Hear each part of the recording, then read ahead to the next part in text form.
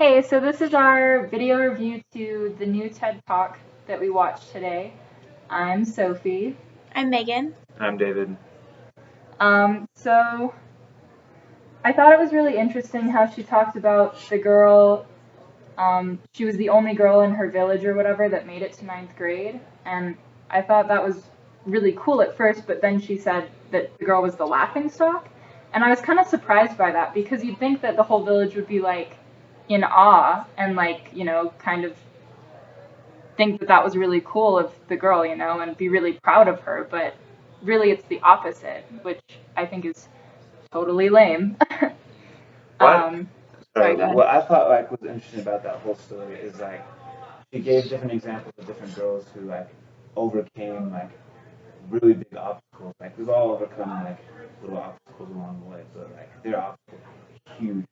So I think it was a real story of perseverance, never giving up and always becoming better. I mean, you saw that some of them were pretty bad. The one girl was being she had to have sex with her teacher to get into school and stuff like that. That stuff that shouldn't happen, but those girls were continuing to persevere and push forward and overcome those barriers. I thought it was really inspiring.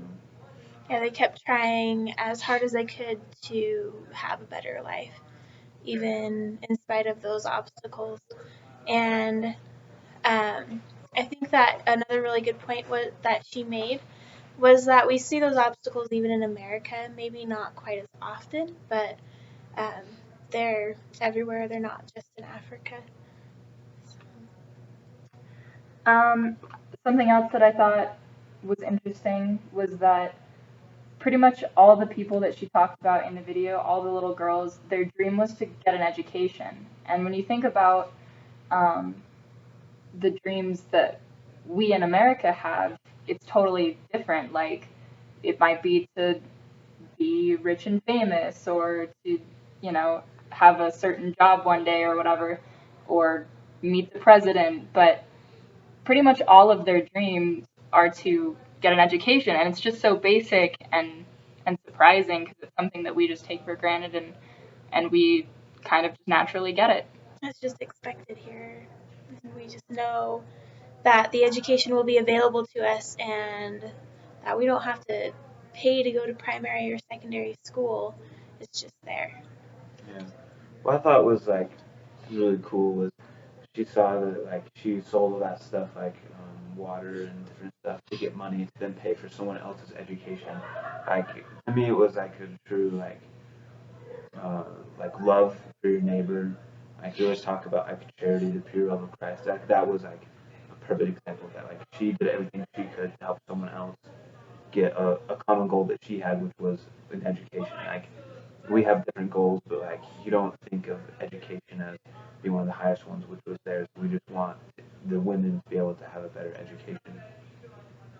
Yeah, I thought that was really interesting too, how they said even if I don't get my goals fulfilled, as long as I see another woman getting her goals fulfilled and being able to live a better life, then I'll be happy.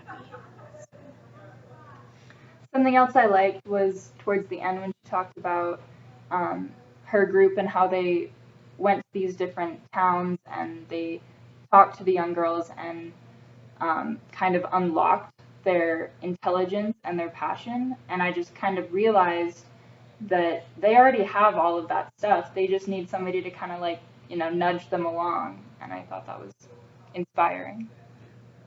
We saw that there were different barriers and stuff, and some of these I don't think should be barriers. They shouldn't be there. We shouldn't be having students being raped by their teachers. We shouldn't have these different barriers. How do you think that? So I'll pose the question, guys. How do you think that we can get rid of those barriers so that they aren't there for women, so that they can be able to just it can become more naturally that they can go and get an education?